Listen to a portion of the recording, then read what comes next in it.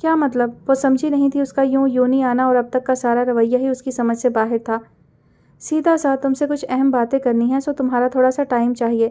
ارید نے اس کے الجھے ہوئے چہرے کو دیکھا۔ ایمن جانے کیوں آج بار بار اس کے سامنے خجل سی ہو رہی تھی۔ جی کہیے۔ کچھ پل خاموش رہ کر اس نے اپنا مخصوص اعتماد بحال کیا تھا۔ کہیں بیٹھ کر بات کریں؟ ارید نے سیدھا اس کی آنکھوں میں دیکھتے ہوئے کہا تھا۔ جی، مختصر سا کہہ کر وہ سر ہلاتی اس کے ساتھ چلتی تھی۔ ایمن، تم ہانی کو کب سے جانتی ہو؟ تمہاری فیملیز کب سے ساتھ ہیں؟ میں نے تو جب سے ہوش سنبھالا تب سے ساتھ ہی پایا۔ ماما بہت جلد ہمیں چھوڑ گئی تھی، بہت چھوٹی سی تھی میں، بس تب سے آنی اور ہانی کو ہر وقت اپنے ساتھ دیکھا۔ اوہ، اور ہانی کے والد وہ؟ ارید نے جان بوجھ کر جملہ ادھورا چھوڑ دیا۔ شاید اسے یاد آ گیا تھا جب ہانی بہت پریشان تھی اور سب کے وجہ پوچھنے پر اس نے بتایا تھا کہ اس کے بابا واپس آ رہے ہیں۔ ہانی کچھ خوش نہیں تھی۔ ہم نے انہیں کبھی نہیں دیکھا۔ ہم نے تو ہمیشہ ہی آنی کو اکیلے تمام حالات سے نمٹتے دیکھا ہے، اچھے برے ہر طرح کے۔ جب تک بابا زندہ تھے وہ آنی کی ہیلپ کرتے رہتے تھے۔ بابا نے انہیں بہن بنایا تھا اور آنی نے بھی ہمیشہ یہ رشتہ نبھایا۔ ماما بابا کے بعد انہوں نے ہم چاروں بہن بھائیوں کو سنبھالا، ہمت دی۔ ہانی کے بابا تو آؤٹ آف کنٹری رہے ہمیشہ، کبھی نہیں آئے۔ اب تو آ گئے نا؟ اس کی باتیں ارید کے لیے حیران کن تھیں۔ ہاں، تبھی تو آنی اور ہانی بہت پریشان ہیں۔ پریشان تو ہم سب ہیں۔ پتہ نہیں ہانی کے بابا کیسے ریئیکٹ کریں گے جب انہیں بھیا اور ہانی کے وہ بے دھیانی میں کہتے کہتے چونکی، ایک دم منہ پر ہاتھ رکھ کر چپ ہو گئی۔ مگر بات تو پھسل گئی تھی اور اس کے سامنے کوئی بچہ نہیں بیٹھا تھا جو سمجھ نہ سکتا۔ ارید کی آنکھیں حیرت سے پھٹی تھی۔ مطلب ہانی؟ ایمن نے سر جھکا دیا۔ اس سے غلطی ہو چکی تھی۔ جی، بھابھی ہے وہ ہماری۔ ہانی اور ریان بھیا کا نکاح بابا اپنے آخری دنوں میں کر گئے تھے۔ اس وقت آنی بھی بہت بیمار تھیں اور ہانی کی وجہ سے پریشان بھی۔ انہیں عدم تحفظ کا احساس تھا کہ اگر خدا نہ خواستہ انہیں کچھ ہو گیا تو ہانی کا کیا ہوگا۔ ان کے شوہر نے تو پلٹ کر نہیں دیکھا تھا کہ وہ کس طرح جی رہی ہیں۔ تب بابا نے انہیں یہ یقین سونپا تھا ریان بھیا اور ہانی کا رشتہ قائم کر کے۔ جب سچ زبان سے نکل ہی چکا تھا تو اس نے تفصیل بتا دی اور ارید کو ہادی کی الجھن کی وجہ مل گئی تھی جس کی تلاش میں وہ آیا تھا۔ ہم نے بھیا سے وعدہ کیا تھا کہ ہم یہ راز کسی سے شیئر نہیں کریں گے جب تک ہانی کی تعلیم مکمل نہیں ہوتی، مگر آج جسٹ ریلیکس ایمن، تم مجھ پر ٹرسٹ کر سکتی ہو۔ اسے اندازہ تھا کہ بے دھیانی میں اس نے یہ بات بتا دی، مگر اب وہ بہت پریشان ہو گئی ہے۔ ایان کے سامنے تو ہرگز ذکر مت کریے گا پلیز۔ اسے ایان کے غصے سے ڈر لگنے لگا تھا آج کل۔ ڈونٹ وری، نہیں کہوں گا، تم پریشان نہ ہونا، اوکے؟ ارید کے چہرے پر نرم سا تاثر تھا جس نے ایمن کو ریلیکس کیا تھا۔ مگر مجھے یہ سمجھ نہیں آئی کہ آپ آج صرف ہانی کے بارے میں جاننے کے لیے آئے تھے۔ اس کی الجھن قائم تھی۔ نہیں، بس تم سے باتیں کرنے آیا تھا، کوئی موضوع نہیں ملا تو۔ اس کے جملے اور اس کے لہجے پر ہونا تو اسے پزل چاہیے تھا، مگر وہ ہونک بنی اسے دیکھ رہی تھی۔ پھر اس کے شفاف چہرے پر عجیب سا تاثر ابھرا۔ ارید سکندر کے لیے قطعی انجان تاثر۔ آپ کو بھی یہی لگتا ہے ریان بھائی اور ایان کی طرح میں اتنی بے وقوف ہوں جسے کچھ سمجھ نہیں آتا؟ اور اس کے الفاظ ارید سکندر کو شرمندہ کر گئے۔ سوری، اس نے ایمن سلطان کی آنکھوں میں دیکھتے ہوئے کہا اور پھر اٹھ کھڑا ہوا۔ اور سنو، تو مجھے ہرگز بے وقوف نہیں لگتی، بلکہ… کچھ سوچ کر وہ بات ادھوری چھوڑ گیا۔ ایمن اسے دیکھنے لگی جو اللہ حافظ کہہ کر جا رہا تھا۔ ایان سلطان کے اندر بے چینی تھی۔ ریان بھائی جس طرح پریشان گئے تھے اور جس طرح سے ماہا کے رشتے سے شروع ہونے والے تمام معاملات میں ان کا رویہ تھا، اس نے ایان کے اندر کی حس کو جگایا تھا۔ کچھ ہے جو ریان بھائی ان سے چھپا رہے ہیں۔ یہ شک تو پہلے بھی کئی بار ہوا تھا، بس اب یہ شک نہیں رہا تھا، یقین میں بدل گیا تھا۔ وہ ریان کے جانے کے بعد اس کے روم میں آیا تھا اور وہاں تلاشنے پر اسے بابا کی ہینڈ رائٹنگ میں ڈائری ملی، جسے پڑھ کر اس پہ سارے راز کھل گئے اور وہ راز خوشگوار نہ تھے، انتہائی تکلیف دہ تھے۔ اسے پڑھ کر ایان کو احساس ہوا کہ اس نے غلط کیا۔ آگہی واقعی عذاب ہے اور بے خبری میں جو سکون تھا وہ ریان بھائی کی ہمت تھی۔ وہ واقعی بہت برداشت رکھتے تھے۔ اسے اپنا بھائی بہت اونچا نظر آیا، مگر وہ ریان سلطان نہیں تھا، وہ ایان تھا، ایان سلطان۔ بے شک وہ حیدر کا بیٹا تھا، مگر مزاج اس نے ماموں جیسا ہی پایا تھا۔ تبھی تو جیسے وہ ایک مسلسل آگ میں جھلس رہا تھا سب جاننے کے بعد۔ عمر اورنگزیب سے بدلہ لینا ہے، یہی تو پہلی سوچ آئی تھی۔ پتہ نہیں ریان بھائی اب تک کیوں چپ ہیں، انہوں نے کیا سوچ رکھا ہے، مگر میں نے سوچ لیا ہے۔ میں نے اب عمر ماموں سے انہی کے طریقے سے بدلہ لینا ہے، انہیں اتنا ہی تڑپانا ہے جیسے میرے بابا تڑپے۔ اور یہی سوچ کر اس نے فیصلہ کیا تھا جو بہت غلط تھا۔ آپ یہاں سے جا کر ان کے لیے راستہ آسان کر رہے ہیں انکل، وہ یہی تو چاہتے ہیں، وہ آپ کی کمزوری جانتے ہیں، انہیں علم ہے کہ وہ ڈرائیں گے اور آپ ڈر جائیں گے۔ تم کچھ بھی کہو، میرے پاس کھونے کو اب حوصلہ نہیں ہے بیٹا، وہ شخص بہت ظالم ہے، کچھ بھی کر سکتا ہے۔ جو مجھے 10 سال کی قید جھوٹے کیس میں دلوا سکتا ہے، اس کے لیے کچھ مشکل نہیں۔ اپنی ذات پر اس کا ہار وار سہ لیا میں نے، مگر اب اپنی بیٹی پر میں آنچ نہیں آنے دوں گا۔ شہباز بہت خوفزدہ تھے۔ آپ کی بیٹی کو کچھ نہیں کہہ سکتے انکل، مت بھولیں آپ کی بیٹی مجھ سے وابستہ ہے اور میں ریان سلطان ان کا خون ہوں، بھانجا ہوں ان کا، ریان نے کہا۔ یہ غلط فہمی ہے تمہاری، سکندر سے بھی اس کا خونی رشتہ تھا۔ کیا کیا اس نے؟ شہباز نے فوراً ہی کہا۔ ہاں مگر کس کے لیے کیا؟ اپنی بہن کے لیے، اور میں اسی بہن کا بیٹا ہوں انکل، مدحت اورنگزیب کا بیٹا ہوں۔ عمر ماموں کچھ نہیں کہہ سکتے مجھے، اتنا میں انہیں جانتا ہوں۔ آپ نہیں جانتے انکل اس رشتے کو جاننے کے بعد وہ کس قدر بوکھلاہٹ کا شکار ہیں، اور وہ اس بوکھلاہٹ میں غلطی ضرور کریں گے اور مجھے بس اسی غلطی کا انتظار ہے۔ مگر میں انتظار نہیں کر سکتا، میں رسک نہیں لے سکتا، میری بیوی اور بیٹی کو کوئی ذرا سی تکلیف پہنچے۔ میں عمر کو جانتا ہوں، وہ گھٹیا پن کسی بھی حد تک جا سکتا ہے۔ پلیز انکل ریلیکس، ریان نے ان کا ہاتھ تھاما۔ عمر ماموں کی جیت یہی خوف ہے جو انہوں نے آپ کے اندر پیدا کر دیا۔ جتنا آپ خوفزدہ ہوتے ہیں اتنا ہی وہ آپ پر حاوی ہو جاتے ہیں۔ اب وقت کا پتہ ہماری طرف ہے انکل، اب کمزور وہ ہوں گے، اب ان کے سامنے حیدر سلطان نہیں ہے انکل، ریان سلطان ہے۔ آج وہ مجبور ہیں، جیسے برسوں پہلے انہوں نے میرے بابا کی مجبوری سے فائدہ اٹھایا تھا، وہ اسی دوراہے پر آ چکے ہیں انکل، جہاں بابا تھے۔ اب فیصلہ انہوں نے کرنا ہے۔